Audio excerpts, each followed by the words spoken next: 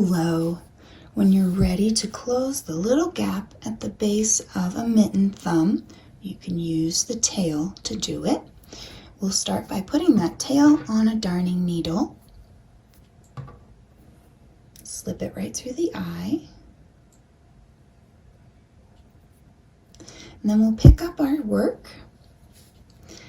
And I like to look at the hole so that I can see the mitten thumb flattened out on top and the hand part flattened out on the bottom. So just adjust it. When you do that, you'll see a little sort of diamond shaped hole appear. And we'll close that little hole by following along in the pattern and trying to match the little V's that exist on the outside of this mitten. So the first thing I do is take my darning needle and I bring it up through this little loop right here. And that will make this gap close up and start to match. We'll follow along the little stitch here by going under,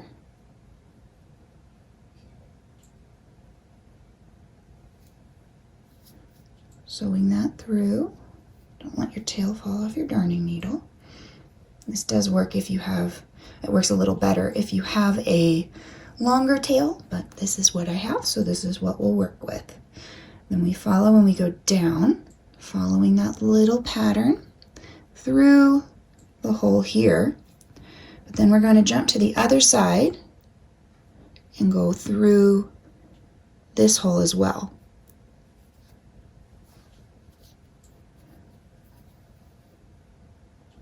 And that will bring the two edges a little closer together. And follow the pattern. You're going to follow this little leg, but we're going to go under this time and through right there in the middle column between those two legs of the stitch. And then we're going to close that little U by going up and around and then back down into this hole where our yarn is coming from. So up through here, and then catch this little hole with the tip of your needle as well. Go weave that tail right through there. And then we're going to go back down, looping that stitch as well as that stitch to follow the leg right back to where we came from.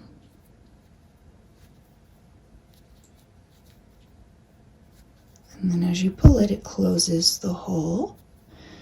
And you want to make sure to bring your yarn through the hole that matches the pattern. So right here, and then under again.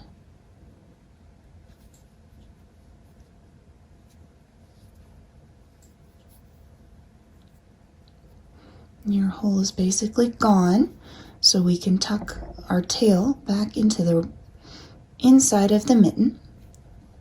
So just stick it through the next hole in the pattern and bring it to the inside, taking care not to snag your needle on the inside. Then we'll turn our mitten inside out.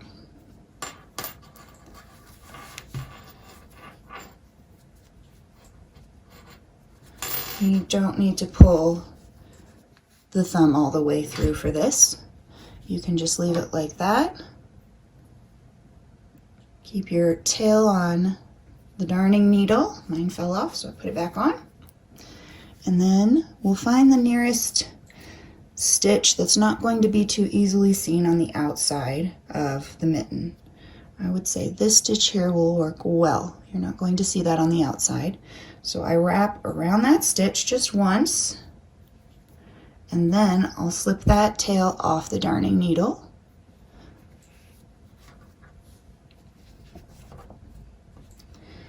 Next, I'm going to split the plies of the tail in half.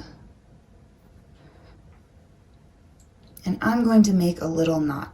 If you don't like knots in your knitting, then you will need to weave your tail in duplicate stitch for quite a few stitches. But if you're ready to make a knot, you put half of the tail on your darning needle, and then find that stitch we wrapped around a moment ago and wrap around it one more time so that the tail is going to come out right next to the other. And we'll tie those together so they'll stay anchored to that one stitch on the inside.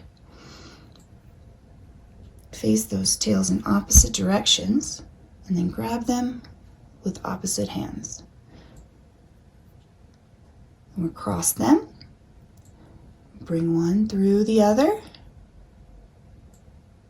and pull. Don't pull too tightly or you'll cause your work to run a little bit, just up to the base of the knitting so that your knot will hide underneath the stitch here. Okay, you're going to switch hands, so lay those out again.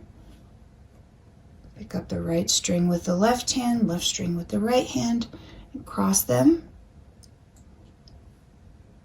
Bringing that string under and through. And this knot, pull tightly. If it starts to slip, stop pulling and make one more knot in the same way. If it doesn't slip, pull as tight as you can, and then you can clip your tails. Take your scissors right up to the base of that knot and clip.